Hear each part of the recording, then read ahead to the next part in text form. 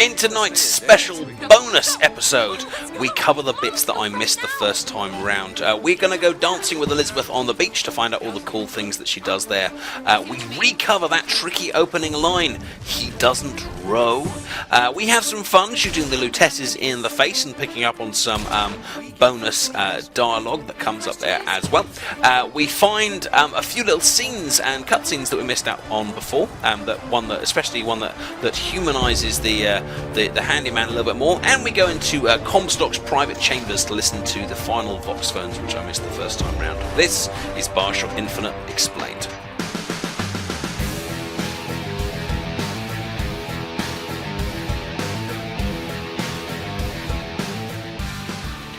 My name is TheAdipose, and welcome back to Bioshock Explained Part 28. Now I know what you're thinking, Adipose, you finished Bioshock in Part 27, why are we back here? Well, the reason is because loads of you guys in the comments section pointed out bits and bobs here and there that I had missed. Therefore, this particular video is not going to be a playthrough of the game, but it's going to be dotting around the game, picking up on little ideas which I missed as I was travelling through the game. Now, one of the things that what you guys brought up was the fact, and this isn't a plot device, was the fact that faces of everyday people in the game actually repeat quite a lot, and I didn't pick up on this, but look at this guy on the left there in the red with the hat. Take a note of his face, and then we'll go over here and have a look at this guy here, and it's the same guy. Let's call him Sebastian.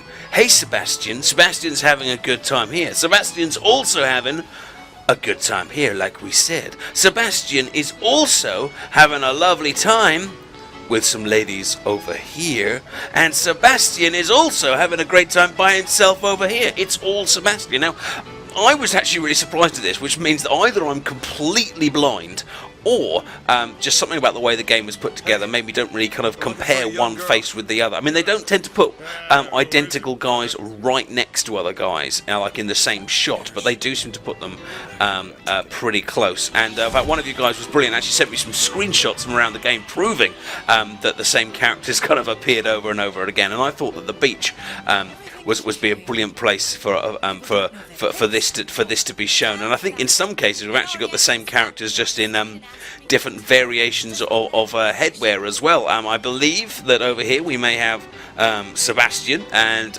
next in we could have Sebastian's brother. That's not Sebastian, but what do you think? This one here, is it Sebastian? Could be Sebastian without his hat. Definitely something a little bit Sebby there going on. And as we wander around, I'm sure you will see some more Sebastians generally being fairly immersion breaking.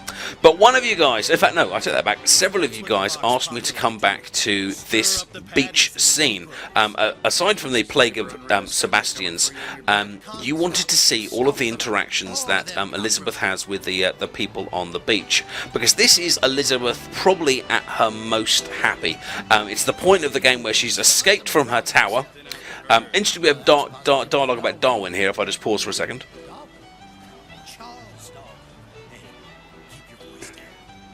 An interesting bit of anti-evolutionary speak there, once again showing the religious grip on the city. The Elizabeth's interactions, this is the bit where she's escaped from the tower but hasn't yet seen any kind of killing or death or any kind of revelations about Comstock or who she is. So this is her at her absolutely most joyful and playful, and as we approach her, you'll see the wonderful animations here. And in fact, the game's designers, or there was an interview where they said that this was the scene that they actually spent more of their time on than almost any other, trying to get the animation right and the feel right. And I mean, just look how smoothly she is animated there. I don't know if they, maybe you could tell me, but I don't know if they used like videoed kind of real people and put kind of sensors on them and got them that way, or whether this is actually kind of animated by hand by animators. But either way, it is very, very well done. And as we leave this particular section here, I don't really dance. I just make the videos, I'm afraid. Well, how about Paris? How about Paris? Uh-huh. I don't understand. How could we get there? Just open a tear or something. Going, but if you want to stay and dance, we can... No, let's go. Come on, let's go. Okay. Come on, let's go right now. What a beautiful piece of camera work and animation. Now, she interacts with several bits on the beach, and she interacts here perhaps more than she does anywhere else. Because when you walk around the rest of the game, she'll interact with walls and coins and things like that, but she won't often interact with specific objects that we pass. Maybe some of the exceptions being perhaps like the orange during the song. She's having a little walk along the edge of the Do you know this artificial the steps here, but clearly the designers in the game here really wanted to use this scene to set Elizabeth's original personality in place, which I guess actually makes it even more the sadder when things start going wrong for her and her personality starts changing. And if you think about the change between her in this particular scene and think about her once she kills Daisy Fitzroy, and you get that change of costume, you get the change of expression, you get the change of haircut, and the gloominess that comes from her at that point is massively different from here. So I can see why the game's designers and writers really wanted to emphasize how innocent and free she is at this point, and muscular. Don't forget muscular. I mean, she thinks that she can do this, and so let's see how well she does. Come on, you can do it, Elizabeth. You're doing very well. You did. Oh, that was very, very good. Oh, okay. What a lovely little touch. Now, the other thing that I found was very, very noticeable as we walk past Sebastian there, as I've been kind of flicking through the game to get these particular clips here, is that the way the colours change from the beginning of the game from the end of the game. I guess in a sense the cinematography of the game.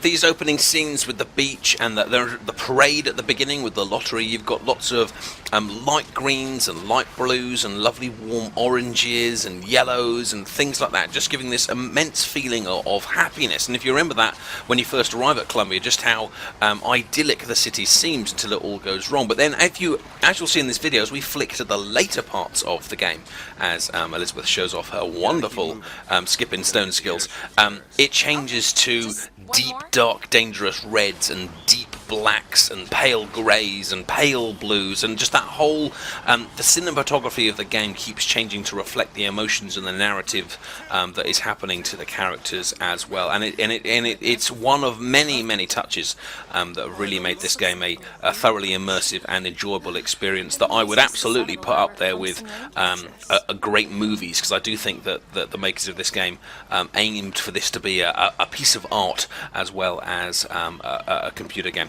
So there we are. That was Elizabeth's beach scene and beach interactions, which we missed the first time around.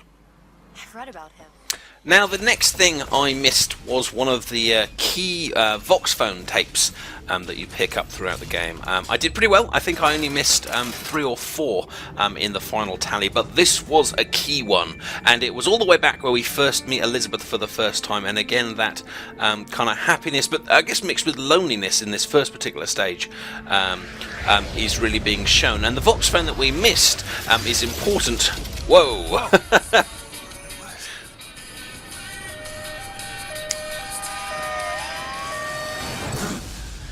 Indeed, cracking the glass there. Now, the Voxphone we missed was actually the one that explains why she is able to do that, why she is such a special individual. And actually, it's kind of luck, really, and we've talked about this throughout the videos, but she is special because her finger was caught between 2 different dimensions. And what this Voxphone is going to tell us is the fact that she actually exists across the dimensions. If we call them Universe 1 and Universe 2, most people are in Universe 1, and then if they've got the little machine, they then travel across to Universe 2. But because she got kind of trapped between them, she exists in both. She mixes Universe 1 with Universe 2, and the Voxphone we're going to listen to here describes that as mixing its peas with its porridge.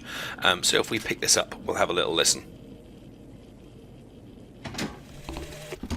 What makes the girl different? I suspect it has less to do with what she is, and rather more with what she is not. A small part of her remains from where she came. It would seem the universe does not like its peas mixed with its porridge. And it's interesting listening back to these early Voxphones just how open they really are about the ending of the game, really. The fact they have just openly said there, before we meet Elizabeth, that she is something special, she is something different, she is a mix of two different things. Now, I guess where they kind of keep things hidden from us is that they kind of, they don't mention things like multi-universes, they don't mention things like her finger got cut off and that kind of stuff, but then again, they do show us the finger very early on as well, and kind of just allow the player to attempt to put the pieces together. But I do think it's a sign of good script writing and good ideas, that they can more or less hide the conclusion in plain sight, and it'll still take us a good few more clues to actually put these ideas together. Now, the next thing I missed is right back from the very beginning of the game. Now, actually, I didn't miss this one, but a lot of you asked me to kind of cover it again or to cover it in a different video, and that's the line at the very beginning of the game of "He doesn't row." And what I'd just like to do with these next couple of minutes is just look at the very, very early lines and just make sure we've kind of covered them and made it clear what the meaning is. First of all, right at the beginning of the game, barriers to trans-dimensional travel. Right at the beginning of the game, they are telling you that people are travelling between dimensions. They haven't talked about multi-universes and things like that, but they are talking about trans-dimensional travel. The font there, by the way, is very similar to the old Citizen Kane font, if you're an old movie fan. It might just be that was the footage, the style of the font used at the time, but if you look at the Citizen Kane font, it's almost exactly the same. Now here we've got Lutece and Lutece discussing the fact that he's very keen on it, she absolutely hates the idea, and of course in this series we've talked about the differences between them extensively. We've got the items that they have given us, including the gun and the code, and a picture of Elizabeth that's been taken from when she is in the siphon and things like that. But as they start to talk about the rowing, we'll get the key line here, that why don't you ask him to? Well, there's no point, because he doesn't row. What do you mean? He doesn't row, with the emphasis being on the word doesn't. There we are. Now, what that is a reference to the fact that they have done this trip many times before. We are not the first booker they have brought here. We are like the 123rd or whatever it was booker they have brought here. And they've asked him before if he will row, and he said no. Therefore, every time they come, they will know that he doesn't row. And in fact, there's another reference to it here. Look, he's not moving. He will eventually, and she's agreeing with him because they've done this before, and they're kind of pointing out that yes, he will move, they know he's going to move, they've done this before, they've been here with other bookers, and he will never row, and he will always get out of the boat. And as if by magic, out I go. So that line, "he doesn't row," is a reference to the fact that... Shall we tell him when we'll be returning? Would that change anything? It might give him some comfort. Indeed, it is a reference to the fact, this multi-universe idea, the fact that we are not the only booker, which of course becomes a very key idea to the plot later on. And speaking of the Luteces, a nice little, I don't know if it's an Easter egg, but a nice little feature of them. It comes back from this, the very... Is this the first time we meet them? No, I think it's the second or third time we meet them. It's when they give you the shield in the Blue Ribbon Bar, and it happens if you try and shoot them, because there's this bizarre idea that she's solid, but at the same time you can't hit her with a bullet, but she does react to it. If we just line up the shot here, and You missed. she ain't dead. Missed. In fact, she will start taunting us on the fact we missed. And if you actually look at the tomatoes and apples behind, they're blowing up all over the place. I mean, we are absolutely making a massive mess of the kitchen, but we are not able to shoot her. Now, of course, this is... Let's be honest here. This is a gameplay device. This is what you might call a non-destroyable, non-playable character, or an immortal one, and you can't kill them, because then the game would break effectively if you did kill them. But at the same time, it does draw it does draw to the foreground, like, well, what exactly is going on with them? Are they in this universe? Are they out of this universe? Or, as the plotline would suggest, are they actually trapped between universes? Similar but different to Elizabeth, because I guess she is trapped in both universes, whereas they are actually kind of trapped between them, because they were kind of killed when they were near the Lutece machine and stuff. And of course, she is an excellent whistler. Interestingly as well, if you do hang around them for ages and ages and ages, I don't think they do it in this location, but in other ones, they eventually do turn around to you and say, well, we're not leaving until you do, especially if you keep looking at them. But as soon as you turn away and face back, if you're a certain distance away, they vanish into thin air.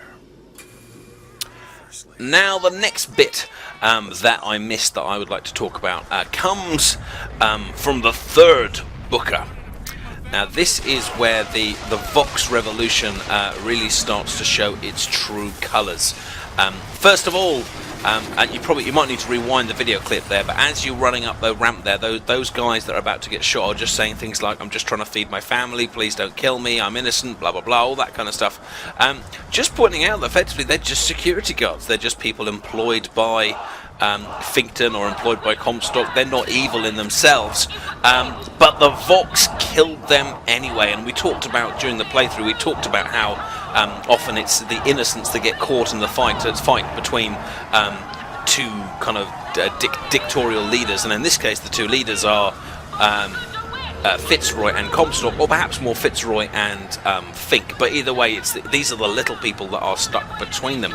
And it's also the first time in the game that they start to show Comstock's men or Fink's men in a sympathetic light, and treat them as kind of real people rather than just mindless thugs. And the scene we're about to see here actually takes that idea even further, because this was something else that I missed, which is one of the handymen, which has been killed, and these two guys here, the spoils of war, taking their photographs, having a good laugh and a giggle, and that guy's even got his foot on the face of the handyman. And of course, the handyman is the bad guy.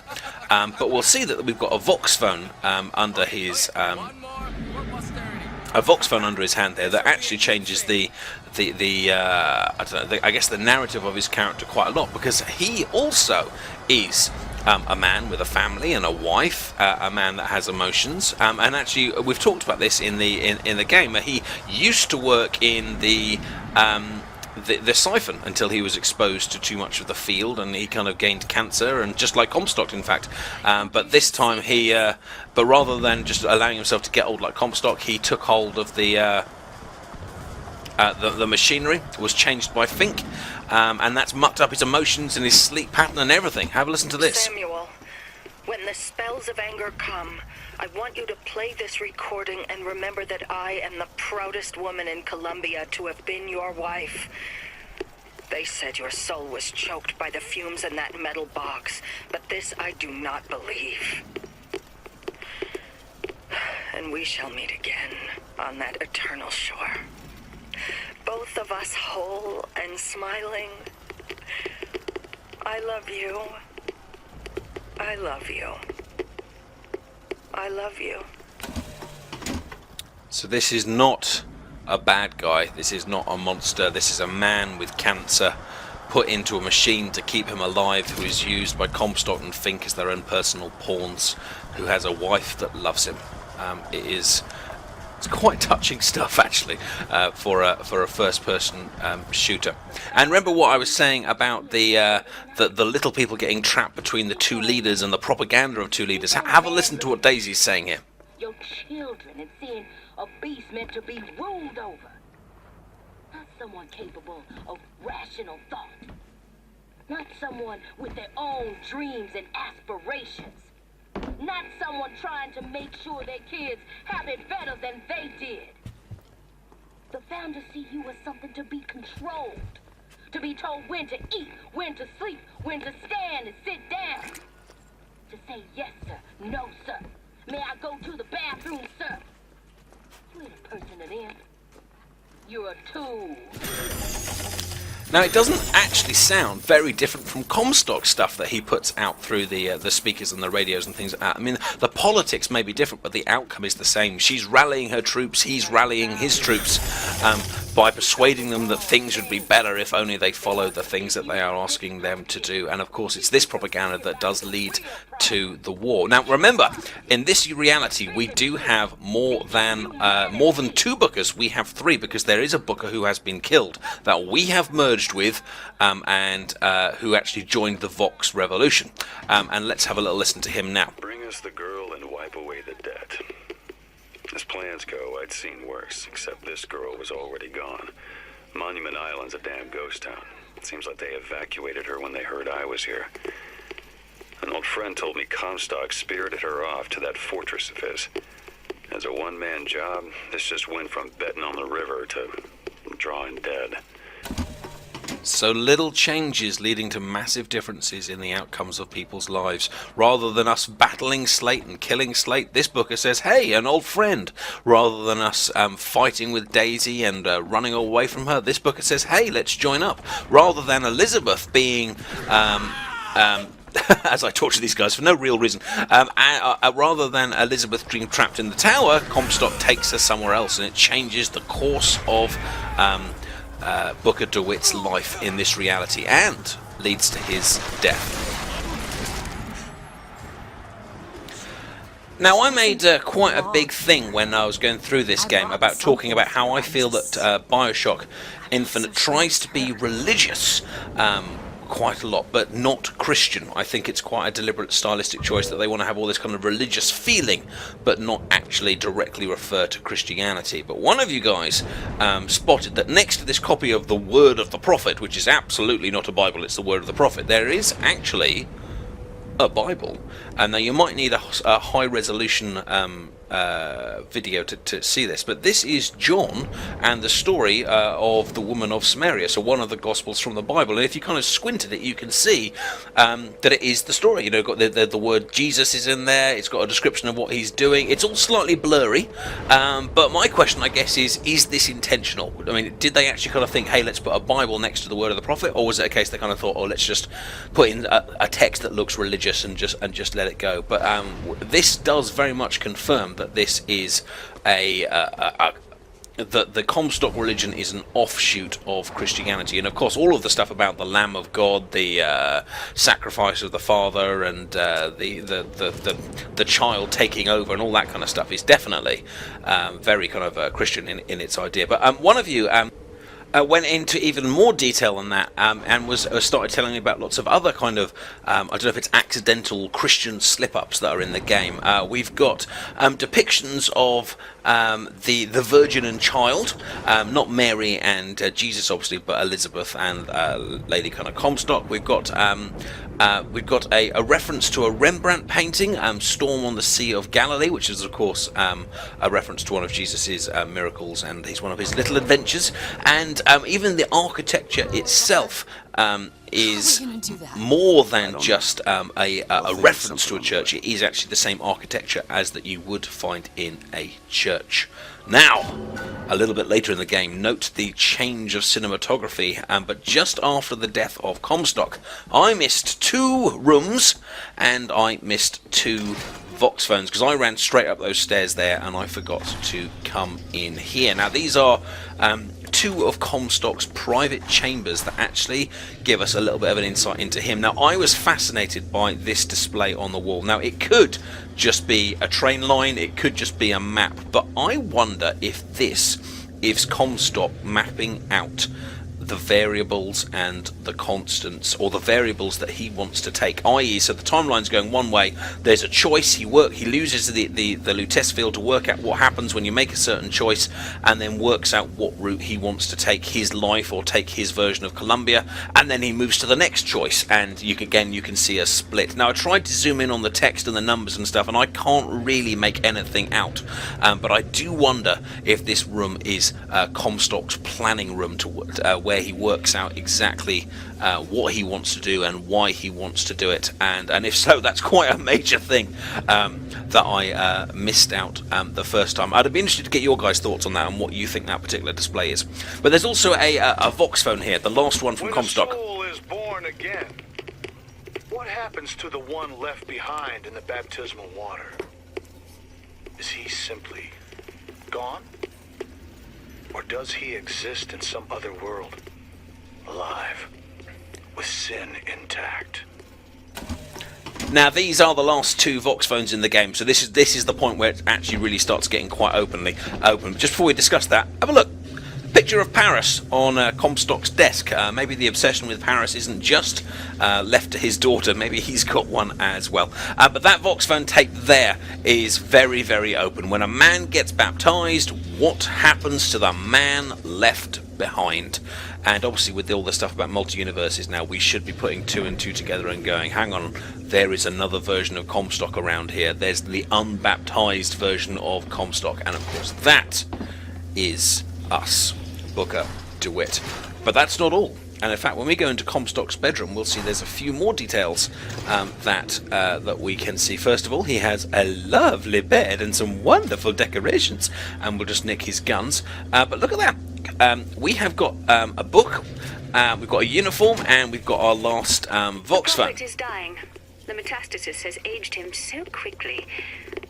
Why does this Comstock decay, while a Comstock in another world remains fit? If genetics are destiny, what accounts for the difference? Perhaps exposure to the contraption. It merits further study. So there we are, we put the two Vox phones together. What have we got? We've got an admission that there's one guy left behind in the baptism and while one guy goes on. We've got a discussion that this particular Comstock is looking older while the others aren't, which lets us put several things together and get the right conclusions. Now I wonder if this suit here is Comstock's uniform from the Battle of Wounded Knee. It might not be, I don't know my uniform, so I'd be interested if you guys to tell me, but I wonder if this is also supposed to be another reveal that yes, Comstock was there. He wasn't lying in the Hall of Heroes, he was there. And interestingly again, we've got a book about Paris, two books about Paris, so I wonder if he put the ideas in Elizabeth's head that she wants to go to Paris, or whether it's just a genetic thing, albeit not his genetics. So two very important Vox phones. Sorry I missed them the first time. But if you've got any comments on them, do stick them in the comments section. But let's just head down to Rapture for a minute, because one of the theories that's currently doing the rounds on the web is Booker actually Andrew Ryan? And I talked about this briefly at the time because of the idea that we can use the bathysphere. Our DNA must be kind of encoded to it. But even more than just being able to use the bathysphere, some people have made the suggestion that perhaps when Booker survives through whatever method he does, he rejects society as a whole. He rejects religion because of his experiences with Comstock. Somehow he's able to travel through time because of the tears or something like that. And is he the one that almost kind of... What is going on? Elizabeth, what do you mean this is a doorway? Is he the one that that then kind of comes up with these ideas and becomes Andrew Ryan in some way? Now it's just a theory on the web. I'm not saying whether it's it's right or wrong, and there's definitely some big plot holes if that is the case. But it's certainly an interesting idea. And one idea that I've also seen around the web, which I actually thought of myself as well, was that I wonder if walking by this Vita chamber actually has any impact on the fact that we survive the paradox which is caused right at the end of the game, because obviously the Vita chamber is supposed to regenerate you whenever you die, and we are currently en route to our death, and I wonder if that will regenerate us here, and if it does, I guess that might actually first of all explain that weird ending, and secondly add a bit more legitimacy to the theory that we are Andrew Ryan or related to this undersea world in more than just being a partial visitor. But now we return through this wonderful... At the bottom of the ocean. Ridiculous. Through this wonderful little cinematic to the lighthouses on top. Now, one of the things that has that I think really comes out of Bioshock as a whole is that the first Bioshock game was about the player being able to make choices. If you've played Bioshock 1 all the way through, you get this idea that You have a choice to be good. You have a choice to be bad. You can choose to harvest the little sisters, or you can choose to set them free. And lots of people really enjoyed that about Bioshock. And in fact, it was one of the things that at the time was fairly new, actually, in terms of computer gaming, and the idea that you could have a good and bad ending. And it's obviously stuff that games like Fallout and others have very much kind of taken on. But in Bioshock, it was a very important part of it. But rather than Bioshock Infinite just repeating that idea of good choice or bad choice, this is actually a game about choice. But before we discuss that, what about this scene here? I need to talk about this because Once we were here, look at this. I could fully control it. I thought. Oh wow! What is that? It's a key. Where did it come from? It's always been there. I just couldn't see it. Now I could be wrong, but I don't know where this key has come from, and I have looked all over the web for people to explain it, and I've been going back and through the videos looking for explanations on it, and I don't know where this key has come from. Now, I had a good look at the key we get right at the start of the game, and I don't think that this is it, because first of all, it looks different. That key's a lot bigger.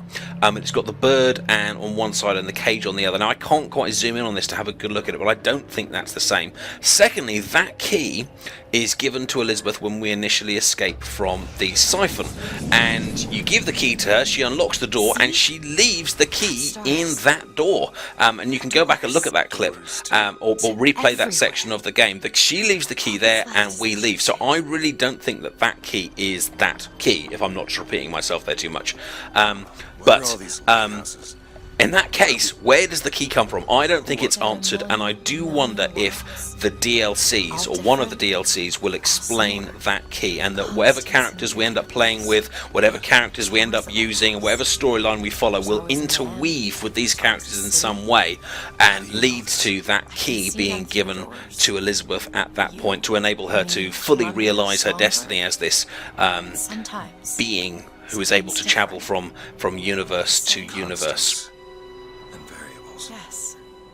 Now, to go back to this idea of choice again, the whole idea about Bioshock Infinite is not that this is a game where the player makes choices. It's a game where this game discusses choice, or this game is about choice. The idea that some choices are important and other choices are irrelevant. Some choices will make huge differences and other choices will make no difference at all. And one of you guys was nice enough to direct me to a film and a book and a play called Rosencrantz and Guildenstern Are Dead, and I haven't seen it, but I was having a read about it because one of you guys referred me to it.